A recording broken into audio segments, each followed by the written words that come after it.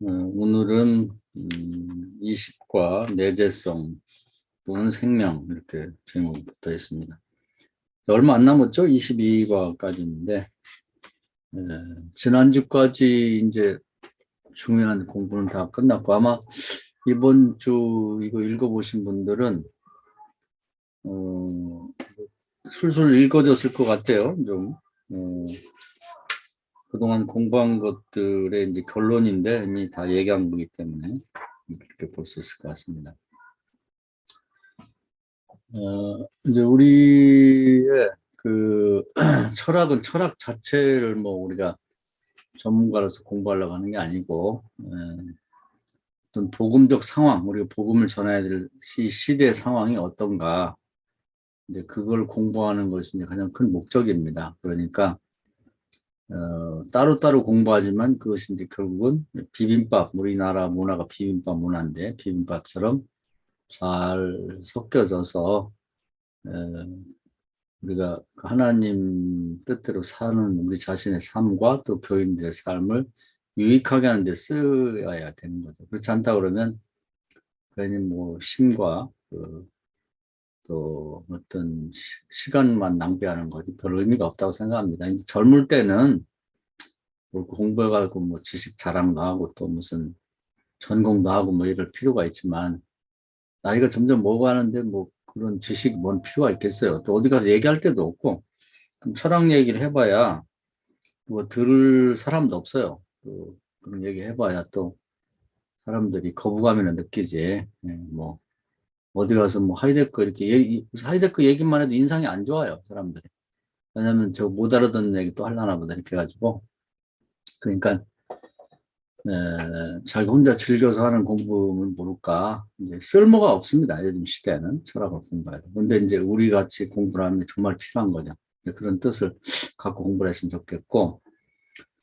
오늘 이제 처음에 첫머리 나오는 게 선험적 장이에요. 선험적 장. 그러니까 경험 이전에 어떤 장이죠. 이렇게. 그래서 그 얘기부터 이제 시작을 해보면 우리 철학을 처음 시작할 때 가장 그 핵심이 뭐냐면 생명에 대한 규정성. 생명이 뭐지? 우리 살아있다는 게 제일 신기하잖아요. 죽으면 다 끝나는 걸 보는데 이 살아있다는 게 뭐지? 생이 뭐냐 도대체 생명이. 이게 이제 철학의 출발점입니다. 그래서 뭐 철학사를 그것 때문에 여태까지 쭉 이제 공부해 왔는데 근대까지는 그 플라톤이 이제 생명에 대한 설명을 이원론적으로 했죠. 그래서 이데아라는 것이 있고 그것이 진료라고 하는 것에 분유가 돼서 생명이 생겼다. 그래서 그 생명의 현상, 살아간다는 건 뭐냐면 이데아가 진료에 분유돼 있다가 자기 본래 왔던 곳으로 돌아가고 싶어서 그 에로스라고 해요, 에로스. 그러니까 이것이 뭐 나중에 뭐 필리아, 에로스, 뭐 스토르의 이런 뜻에서 아니라 본래 세계로 돌아가고 싶은 그런 욕망을 갖고 이제 계속해서 그쪽을 향해서 다시 돌아가는 과정이 생명의 과정이죠. 근데 그걸 뭐 아리스토텔레스가 조금 뭐 세분화시켜서 얘기를 했지만 결과적으로 그런 얘기고 죽음이란 뭐냐? 이 이데아가 진료의 세계 분유됐다가 자기 원래 곳으로 돌아가는 것 그거죠. 그러면 이제 이 땅에 사는 동안 행복이란 뭐냐? 이 땅에 있는 동안에 인위적인 노력을 통해서 이제 프로테니스의 설명에 의하면 분유된 이데아가 본래 이데아 자체와 합의를 경험하는 거죠. 엑스타시한 경험. 그러니까 뭐 본인은 한 서너 번인가 뭐 했다고 그래요. 그게 그 설명을 했는데 그게 뭐그 프로테니스가 뭐 정말 그렇게 했는지는 모르지 자기 했다니까 뭐 그런가 보다 하는 건데 사람의 어떤 노력에 따라서 진료에 가까워질 수도 있고 일자라고 하는 이제 그 이데아에 가까워질 수도 있다. 그런 것 설명을 이렇게 하죠. 정말 그런지 안 그런지는 뭐 별로 중요하지 않아요. 사람들이 공감을 하느냐 안 하느냐 그런 것뿐이지. 근데 요게 이제 기독교에 이제 수입이 되죠. 그러면서 기독교를 설명하는데 아주 유용하게 쓰입니다. 그래서 결국 이 땅에 사는 동안에 망아 탈원, 자기에서 벗어나서 혼이 이제 신과 합의를 경험하는 그런 것을 이제 가장 좋은 신앙으로 이렇게 여기게 됐는데 이것이 뭐 그럴듯하게 이제 신학적으로 이렇게 사람들이 이해를 시키는 데 좋은데 이제 그것이 중세를 거치면서 계속해서 문제가 뭐냐면 신학으로 정리가 됐는데 이제 신학교 다니면서 제가 가끔 얘기를 하는데 여러분도 막 다 들으셨고 신학교를 들어가면 처음에 뜨거운 신앙을 갖고 들어갔는데 졸업할 때쯤 무신론자가 돼서 나온단 말이에요. 이건 잘못된 거 아니에요? 잘못된 거잖아. 오히려 믿음이 없고 신앙이 없는 사람이 신학교를 졸업하면 그것이 더 그리스도와 가까워진 그런 신앙이 돼야 되는데 그 감리교 신학 같은 걸 보면은 예수는 그리스도가 아니다. 뭐 이렇게까지 얘기를 해. 지금도 싸우는 사람이 있어요. 그거 가지고. 그건 적그리스도 아니에요? 그 천국 못 가는 거 아닌가? 아니 성경이 농담은 아니잖아. 보면 예수를 그리스도라는 걸 부인하는 자는 적그리스도고 적그리스도는 뭐예요? 그리스도의 적이잖아요. 사단의 무리에 속하는 거고 구원 못 받는 거지. 근데 그걸 신학교에서 가르치고 그런 사람들이 교회에서 헌금해갖고 어, 봉급을 주고 있다며 한 달에 1,000만 원 이상씩 교수라고 앉아서 받아먹고 있다고. 이건 아니잖아요. 이게 문제의식을 가진 사람들이라면 하이될 겁니다.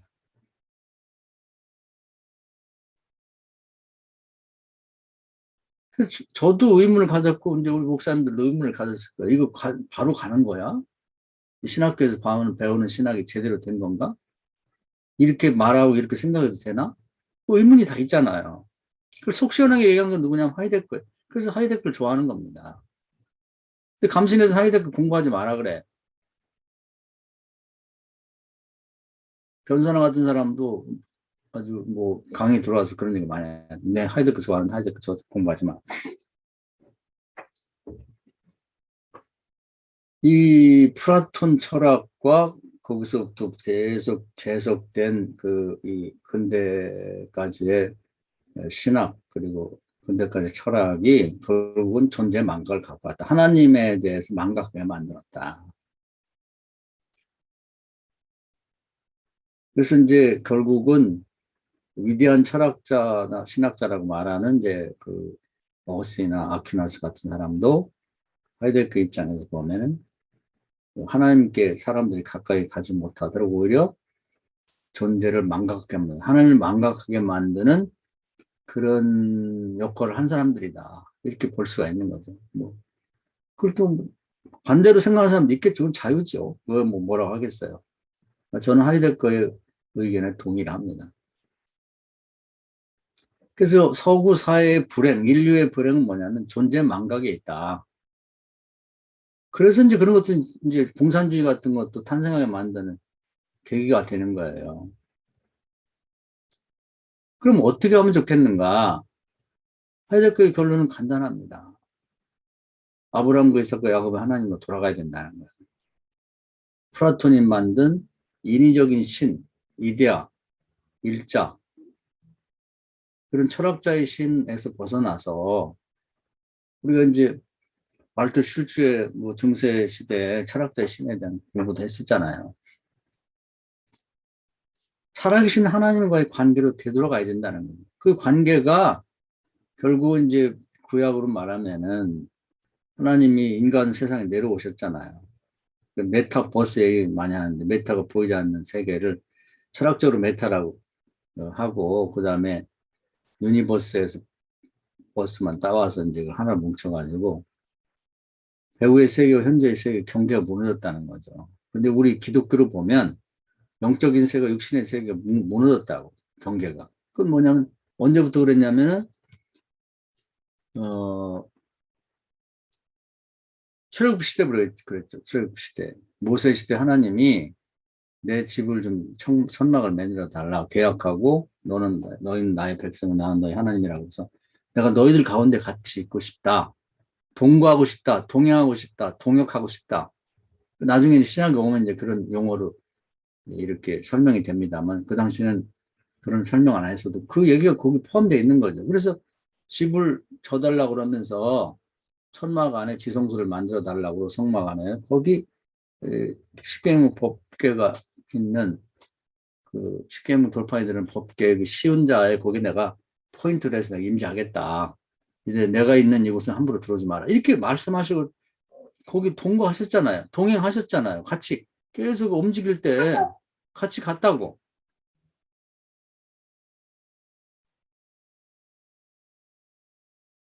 그리고 일할 때 모세와 같이 동역하셨잖아요. 동역. 근데 그 하나님을 왜 보지를 않고 멀리 하늘 꼭대기 어딘가 어딘지도 몰라. 그냥 뭐 보이지 않는 초월의 어느 곳에 있어서 화를 낼지도 모르고 대화할지도 모르고 그냥 무슨 책상에 올려진 무슨 인형처럼 가만히 있어가지고 우리 공부의 대상이요 인식의 대상인 그런 하나님을 바라보라고 하냐 이 말이 잘못됐다는 거 아니에요? 인류 전체가 거기에 빠졌으니까 신앙생활이 쉬워요. 왜 쉽냐면 화낼지도 모르는 하나님,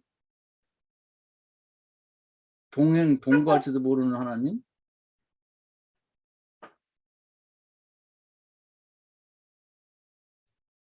그래서 이제 이런 식으로 하다 보니까 하나님과 인간은 이제 완전히 다른 존재로 이렇게 공부의 대상, 인식의 대상으로 했기 때문에 이걸 극복해야 된다. 이런 얘기죠.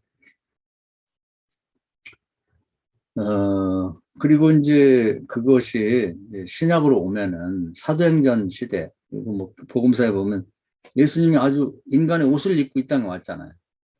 같이 걸어 다녔다, 같이 먹었잖아.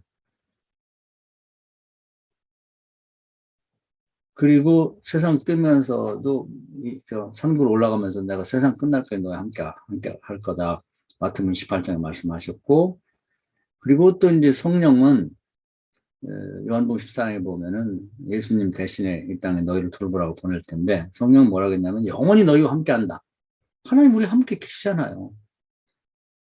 근데 그 하나님은 보질 않고 못 보게 하고 자꾸 어딘가에 따로 떨어져 계신 초월적인 어디 저 하나님 나라 어딘가에 있는 어딘지도 몰라. 근데 거기에 있는 하나님을 자꾸 보라 그러고 뭐 무소부재고 뭐 전지전능하고 아니 지금 하나님이 여기 앞에 있는데 하나님 어디냐고 묻는 거지. 빌립 사도가 예수님한테 하나님 좀 보여주라 그러니까 이 사람은 내가 여기 너 보고 있잖아. 나를 보는 게 하나님 보는 거야. 이것이 문제가라는 거죠. 지방에서 자꾸 뭐 카톡을 하는데. 그래서 이런 하나님에 대한 회복, 뭐 하나님과의 관계를 새로 개선해야 된다는 얘기입니다. 그래서 이 이원론적인 어떤 생명에 대한 설명과 거기에 기초한 신에 대한 설명, 그것이 이제 문제가 됐다. 그러면 이제 어떻게 할 건가? 이 문제의식은 있는데, 이제 그런데 그것을 극복하게 해준 것이 이제, 어, 포스트 모던이 되면서 이제 새로운 시각을 갖게 되는 이론론적인 이제 철학입니다. 생명에 대한 이론론적인 설명. 근데 이제 그걸 공부해 보니까 이게 정말 딱 맞는 거, 공감이 많이 가는 거죠. 그래서 이제 다시 한번 이원론을 공부한 우리의 그 철학 공부와 지식을 바탕 삼아서 비교하면서 이론론을 이제 공부를 좀 해온 거죠. 그래서 결국 이제 오늘 강의할 내용을 보면은 이제 생명에 대한 규정성이 플라톤의 이론론에 의하면 이데아가 따로 떨어져 있고 분유가 돼서 이 진료의 세계 속에 있고 그 이데아가 자꾸 다시 되돌아가고 싶어하고 되돌아가는 과정이 생명의 과정이라고 봤는데 그게 아니라 그런 이데아라고 이제 그 얘기할 수 있는, 여기는 이제 이데라고 했는데 같은 이데아예요. 근데 이제 구분하기 위해서 이제 플라톤의 이데아와 또 이 들레즈가 얘기하는 이데아를 구분하기 위해서 오해할 수 있으니까 이데라고 썼지만 그 본래 사용된 용어는 이 들레즈가 쓴 책에서는 이데아로 똑같이 쓰고 있습니다. 번역을 이제 그게 구분하기 좋게 이데라. 그래서 이론론으로 돼 있다. 이런 말. 그래서 그 모든 것이 따로 떨어진 게 아니라 진료와 그 다음에 이데아가 같이 그런 이론론적인 차원에서 다 있다는 거죠. 스피노자 철학을 보면 신즉 자연적 인간 그렇게 설명한 거랑 똑같아요. 그래서 이것이 또 다른 이 들레지식 표현하면 잠재적 공통의 평면 이렇게 표현이 됩니다. 잠재적 공통의 평면.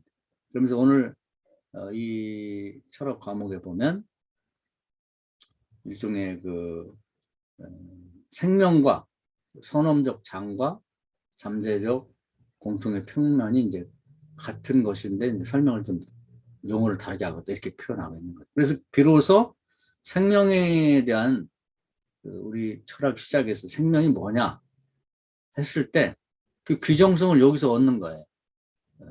이 사람들식의 이론론적식의 규정이죠. 선험적 장이다.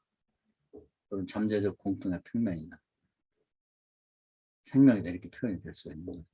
그 요 부분이 여기서 뭐 여러 설명의 칸트나 또 무슨 피테나 디킨슨 뭐 어떤 소설가 했는데 잘 모르는 분이들 이렇게 설명하고 있는데 여기서 설명하기 전에 내가 이제 우리 이해를 돕기 위해서 이제 좀 설명을 드리고 또 오늘 여기 나온 얘기를 해볼 생각입니다. 자, 우선 선험적 장이란 뭐냐 또 어떤 잠재적 공통의 평면은 뭐냐 그러면 우리가 이제 하얀 백지 있잖아요. 백지 뭐 있다고 썼을 때 그냥 보면 아무것도 아니죠. 백지인데 거기 시나리오가 들어가면 그리고 거기 뭔가 그 백지를 활용하게 되면 다양한 게 변신이 가능합니다. 그 예를 들어서 백지를 접어가지고 배를 만들 수가 있어요. 배. 다시 펴면 백지로 돌아가죠. 다시 거기다 시나리오를 집어넣어서 바지저고리를 만들어야겠다. 그럼 백지를 가지고 접어서 바지저고리를 만들 수가 있어요. 종이 접기를 보면 한 종이를 갖고 수백 가지도 만들었다 폈다 다시 접을 수가 있거든요. 백지는 그냥 백지가 아니라 그 속에는 시나리오도 들어있고 그 시나리오를 실현할 수 있는 진료도 들어있는 거예요. 선험적 장이라는 게 그런 식으로 되어 있다는 겁니다.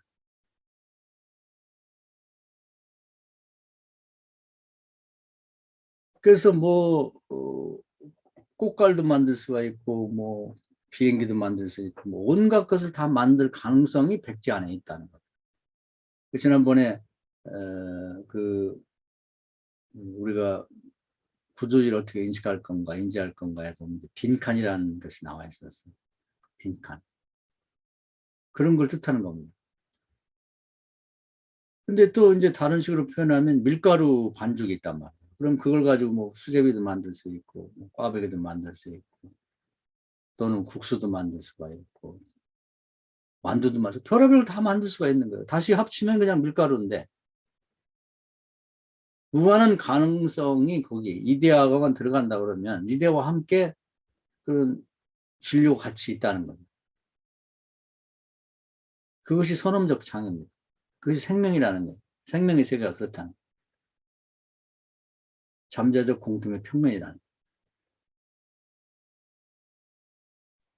또 나무 판자가 이렇게 있다고 칩시다.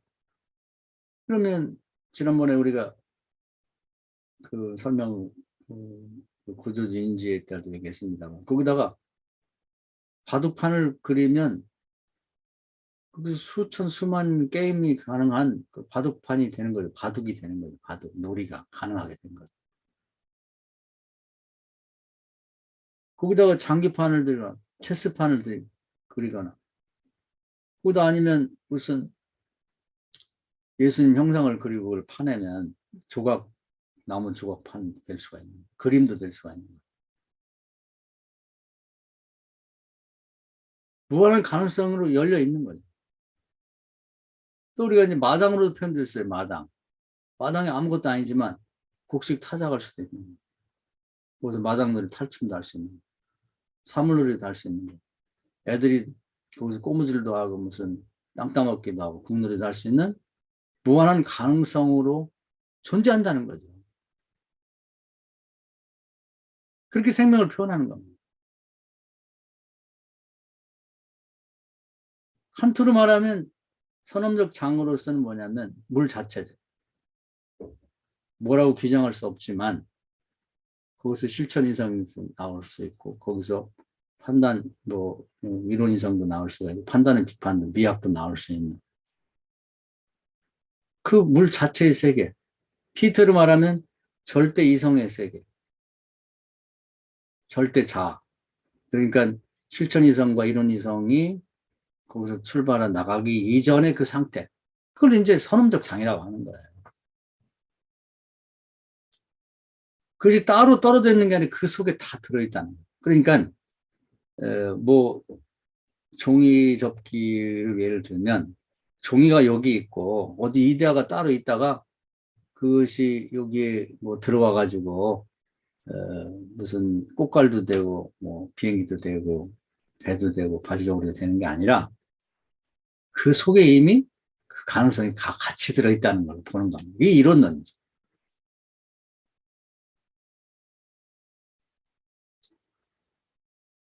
그래서 이제 이원론과 이론론의 그 철학적인 차이는 분명히 있습니다. 그래서 우리는 지금 현재의 사람들은 이론론적인 그런 철학적인 생각을 갖고 살고 있다 이렇게 보면 돼요. 그래서 이원론적인 설명이나 그런 설교는 요즘 사람들이 공감을 얻지 못하는 거예요.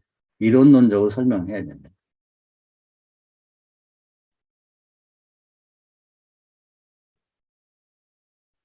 그러면 이제 이렇게 보면은 이제 철학, 저도 처음에 이제 이 대목을 지난번 그렇게 세 번째까지 공부하는데 읽었을 때 굉장히 허탈한 걸 느꼈어요. 아니, 생명에 대한 규정을 얻고자 그렇게 먼 길을 돌아서 왔는데 지금 겨우 이거야, 결론이? 뭐 이런 생각이 들었습니다.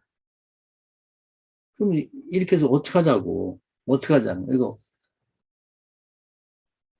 그렇게 오랜 시간을 사유하고 또 무슨 책을 읽고 또 정리를 하고 여기까지 왔는데 이것이 그럼 뭐냐? 너무 이렇게 단순 명쾌하긴 한데 어, 좀 허무한 것 같은 느낌이 사실 들었었죠.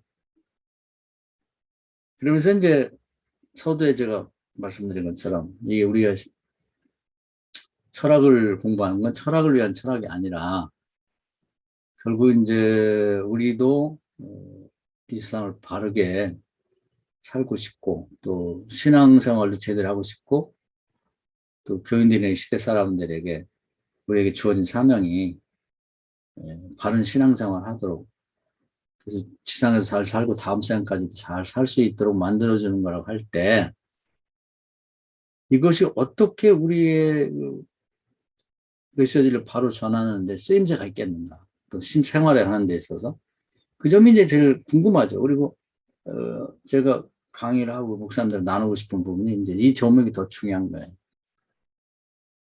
그러면 이제 이건 이제 신학적으로 이제 이렇게 한 단계 더 나간다고 보면 여기도 이제 그런 얘기를 해요. 들레즈가 우리 초월을 얘기할 수 있다. 그러나 그 초월조차도 이 선험적 장의 근거를 둔 거지 따로 떠지는 건 없다. 이렇게 말을 합니다.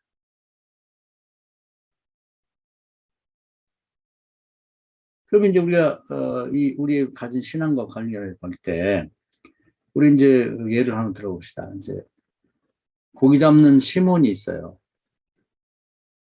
근데 시몬이라고 하는 사람이 뭐 누가 이렇게 밖에서 만들어 갖고 뭐 인형 만들듯이 만들어진 게 아니라 이 자연이라고 하는 이 생명의 장이라고 하는 선험적 장에서 만들어진 거죠. 시몬, 고기잡이 시몬이라고 하는 시나리오가 이 재료인 이 세상의 것과 진료와 만나서 그 갈릴리 호숫가에 들어가서, 호수에 들어가서 고기 잡는 시몬이라는 자가 만들어졌다는 거예요.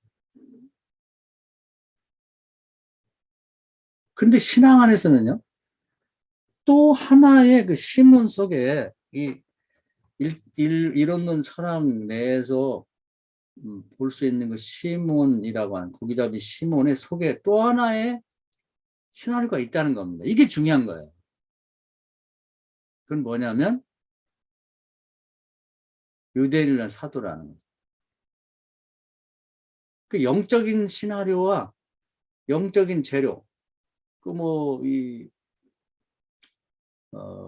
고린도전서 15장 같은 데 가보면 영의 사람이 있다는 거예요. 영적인 시나리오와 영적인 재료가 만나서 마치 그 이 장미나무인데 한 번 더 장미꽃이라는 게 피어나듯이 한 번 더 거듭나고자 하는, 거듭나게 만드는 시나리오가 있다는 거예요. 이게 중요한 거예요, 이게. 이걸 아는 게 중요하죠. 그래서 호세아서 5장에 보면 내 백성이 지식이 부족해서 망한다 이렇게 되는데 그걸 대부분 몰라요. 거기까지 알아야 인간에 대해 제대로 아는 건데 그걸 잘 모른다.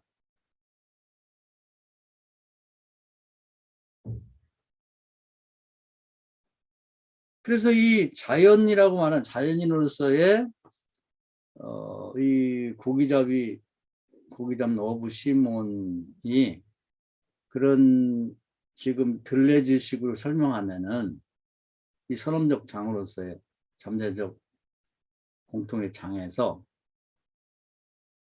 이데아, 이론, 즉 시나리오와 재료, 진료가 만나서 그 사람이 만들어져 가지고 갈릴리의 배를 띄고 고기 잡는 사람이 자연인이 있다면 자연인, 좀 쉽게 자연인이라고 한다면, 근데 예수께서 오셔서 말씀한 건 뭐냐면 자기 자신이 먼저 모범이 돼서 나는 목수 예수이면서 내 속에는 또 다른 영적인 시나리오와 영적인 존재가 있는데 그건 뭐냐면 그리스도라는, 그리스도, 하나님의 아들 그리스도. 성령 받고 그게 거듭나 보여줬단 말이에요. 거듭나 보여줘. 마치 아래서 깨어나듯이 장미나무에 장미꽃이 피어나듯이 한 번 더.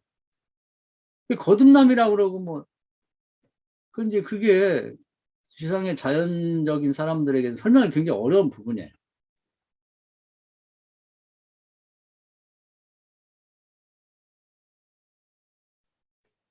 그러니까 사울, 핍박자 사울을 보고 예수님이 너는 바울이야. 너는 겉사람으로서는 핍박자 사울이지만 너 속사람은, 영의 사람은, 영적인 시나리오와 영의 재료로는 너는 앞으로 거듭나면 이방인을 위한 사도가 될 거다. 이 말씀하셨다. 그게 모든 사람에게 있다는 겁니다. 그걸 봐야 돼요. 그게 실상이야. 히브리 11장 1절에 보면 실상은 믿음으로만 볼 수 있는 거예요. 어부 시몬은 육신의 눈으로만 볼 수 있죠. 다 볼 수 있지. 그러나 그 사람이 속에 있는, 그 사람 속에 있는 또 하나의 시나리오가 있는데 사도 베드로이면서 그 영의 재료, 영적인 재료를 만나서 거듭나면 그런 사람이 한 번 더 태어날 거라고 하는 건 믿음으로만 보이는 거예요. 육신의 눈은 안 보이는 거죠. 근데 그게 실상이야. 지금 어부 시몬은 허상이에요. 그건 앞으로 죽으면 없어질 상인데 영의 사람은 영원히 가는 거거든요. 그게 실상 진짜거든.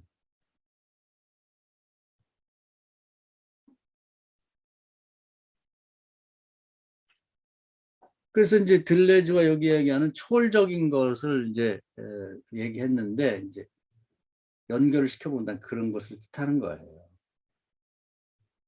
근데 사람뿐 아니라요. 우리가 이제 마가온의 다락방이라고 하는 게 자연이. 속에서 만들어진 거죠. 어떤 건물, 다락방이 있는 건물이라고 하는 시나리오, 그리고 세상에 존재하는 재료들, 뭐 나무도 있고 돌도 있고 뭐 하여튼 그런 것들, 목재나 자재를 활용해서 건물을 졌다. 그것이 뭐 어디 하늘에서 무슨 시나리오가 내려와 뭐 분야가 그런 게 아니라 그냥 그 갖고 있는 걸 가지고 만들 수 있는 충분히 가능성이 있는 거죠.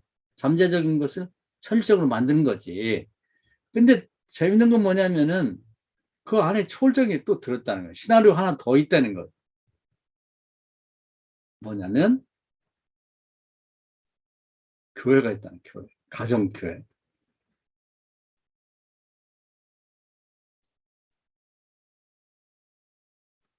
그것이 그 마가연의 다락방의 실상이에요. 본래적으로. 근데 그게 그 집만 그런 게 아니라 모든 가정과 집들은 그 속에 보면은 영적인 차원에서의 시나리오와 그것이 영적인 차원에서의 진료에 의해서 만들어진 교회가 들어있다는 겁니다. 또 더 나아가서는 도시도 마찬가지. 예루살렘의 도시가 사악한 도시인데 예루살렘 도시를 꾸미기 위해서 뭐 도로도 어떻게 놓고 뭐 무슨 건물은 어떻게 배치하고 그런 이제 세상에 있는 그런 시나리오가 있었겠죠. 도시 계획. 그리고 이제 세상에 있는 재료를 모아서 이제 도시가 형성이 됐죠. 근데 그건 허상입니다. 얼마나 허상이냐면 뭐 전쟁을 많이 겪었는데 돌 하나도 도로 위에 남지 않을 만큼 다 뭉개져서 없어질 수가 있는 거죠.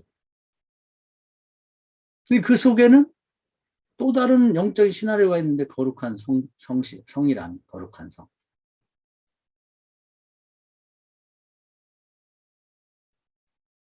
또 안진뱅이 같이 이제 장애가 있는 사람들이나 뭐 병 있는 사람들 보면 그 육신의 재료나 시나리오에서 그때 만들어진 거죠. 그런데 그 속에 들어보면 이건 허상이고 완전한 사람이 그 속에 들어있다는 거죠. 그게 실상이야. 그게 진짜야.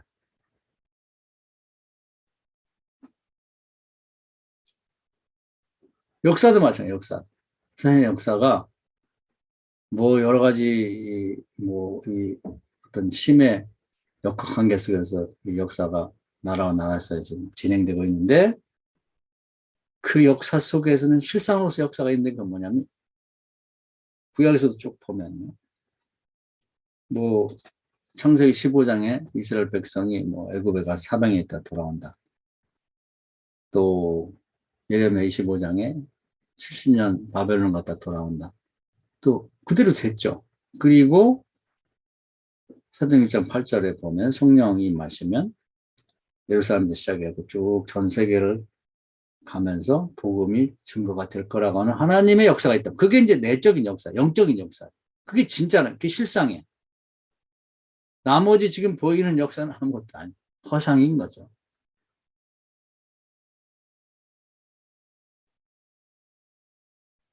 그래서 이 자연이라고 하는 이 생명, 그 덩어리, 이것이 이제 선험적인 장이라고 봤을 때, 거기에 이데아와 진료가 같이 있어서 지금 눈에 보이는 이 세상이 이론론적 차원에서 진행되고 있는가 하면, 우리가 또 하나 볼 거면 이 안에서 초월제라고 하는, 이것과 다르다고 봐야죠. 우리 초월이라는 말을 쓰기 어려운 게, 또 이원론적으로 무슨 저 플라톤식으로 갈까봐 그렇죠. 그래서 쓸 용어가 별로 없어요, 사실은.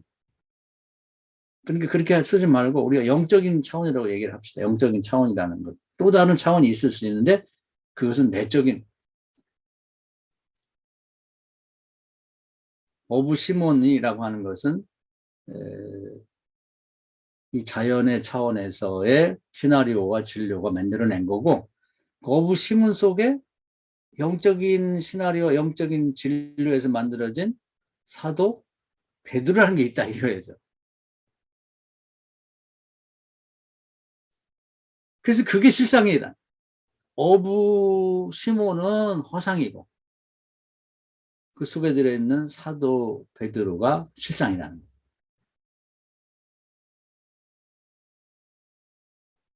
그래서 우리가 할 일은 뭐냐면 우리 자신을 포함해서 사람이 속 사람으로 거듭나게 만드는 것이 만들어야 된다는 거죠. 거듭나게 만들어야 된다. 근데 그것은 사람이 혼자 할 수 없는 거고, 사람은 그것을 알고 실상을 들여다보면서 품고 기도함으로써 성령이 임해서 그걸 거듭나게 해야 된다. 그래서 제가 뭐 병아리 얘기 많이 했습니다만은, 어미닭이 그 결함을 20일을 품고 있고 온도를 떨어지지 않으면, 우리 이제 믿음을 떨어지지 않으면 어느 순간인가 이걸 자연의 빛이라고, 은총의 빛이 그 성령의 역사를 통해서 줄탁동식 어미닭의 체온과 빛과 그다음에 하나님 나라의 빛이 동시에 역할을 해서 결안이 병아리가 되어 나오게 만든다. 이제 이것이 일종의 비유입니다. 비유.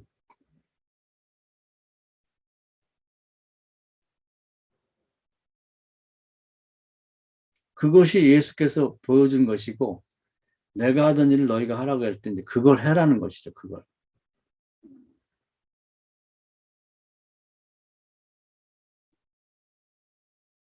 그래서 이제 우리가 이 가능성은 여호와 일에 다 준비가 끝난 거고, 이제 예수님이 모범까지 다 보이고 내가 하던 일을 이제 너희가 하라고 하는 위임까지 해줬는데, 우리 이것에 대해서 잘 몰라요.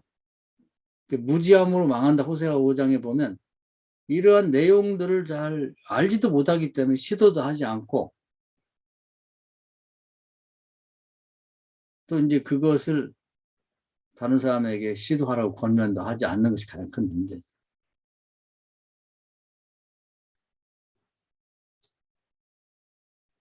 그래서 이제 그것을 예수님이 먼저 모범을 당신이 보여준 다음에 사도들에게 이제 그걸 하라고 위임을 해줬는데, 그 사도행 1장에 이제 그런 위임을 받고 어, 그런 본인들과 또 마가의 다락방 가정과 도시와 그리고 안전뱅이 같은 한계 상황에 처한 환자들, 그리고 또 미래 역사를 이제 내다보고 그 실상을 보고 있는 거죠, 제자들. 그런 다음에 품고 기도하는 일을 했더니 이제 성령이 오시면서 그 내적인 것이 이제 드러나게 만들어 준 거죠. 이게 이제 목회라는 거예요. 이것이 우리가 해야 될 일이라는 거죠. 근데 이 부분이 흐릿하게 있다는, 흐릿하게.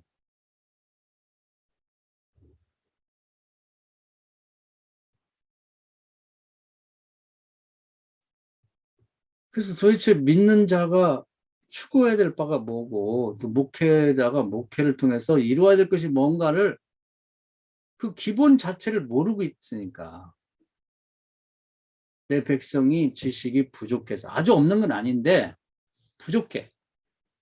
정확히 몰라. 시작도 못 하는 거예요. 우리 되게 보면 목사들이 뭐 대학원도 뭐 2개씩 하고 막 그 박사학위도 하고 뭐 난리를 치는데, 정말 알 걸 하나도 모르기 때문에 목회를 제대로 시작도, 아니 시작 아니라 목회가 뭔지도 모르고 있다가 목회를 끝낸단 말이에요. 일단 알아야지. 목회가 뭘 하라는 건지 알아야지.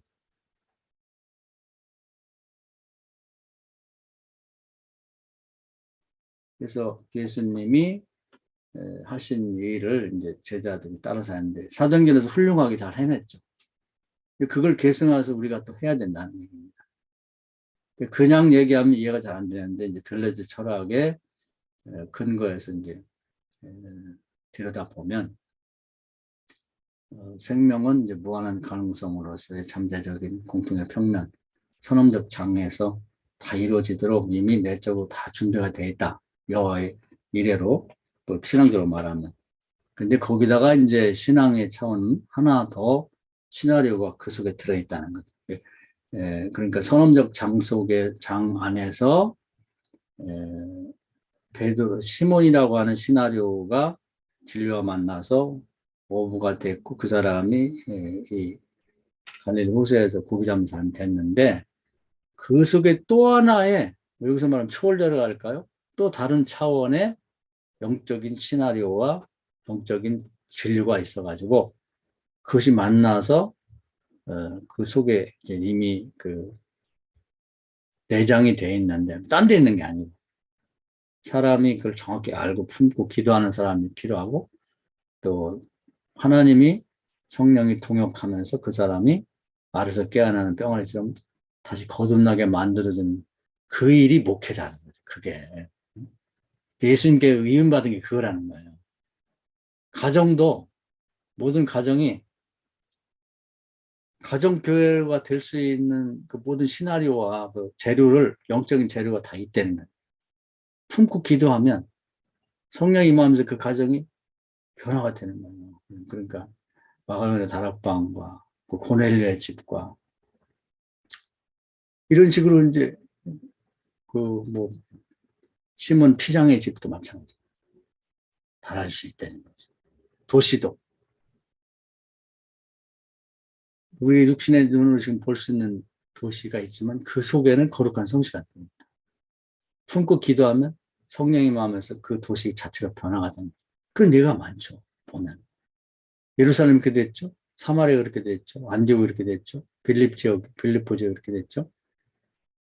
뭐 또 성령 역사를 보면 뭐 아주사 지역의 미국에 그렇게 됐죠. 페브루스 제도라고 하는 영국의 제도는 섬 자체가 완전히 변화가 돼요.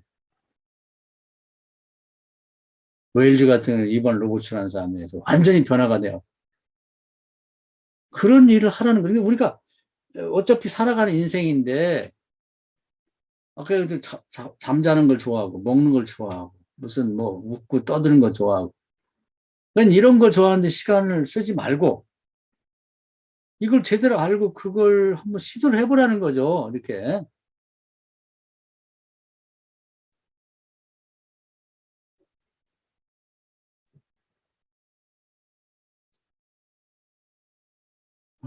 그래서 오늘은 우리 이론론 철학의 이제 결론 부분에 와 있습니다. 그 전에 뭐 여기까지 오는 동안에 많은 뭐 철학자들의 철학을 검토를 쭉 해왔는데 그 나름대로 뭐 의미가 있죠.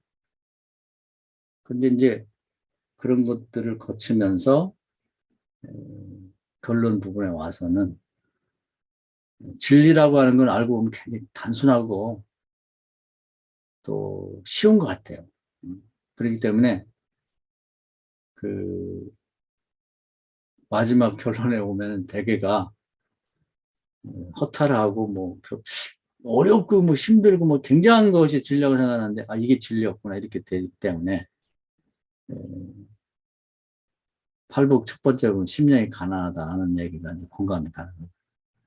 아주 철학도 맨 마지막 결론은 가장 가난한 상태가 되는 것 같아요. 가장 단순한.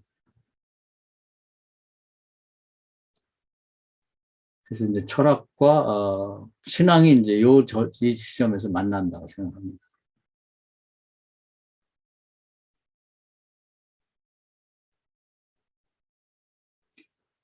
자,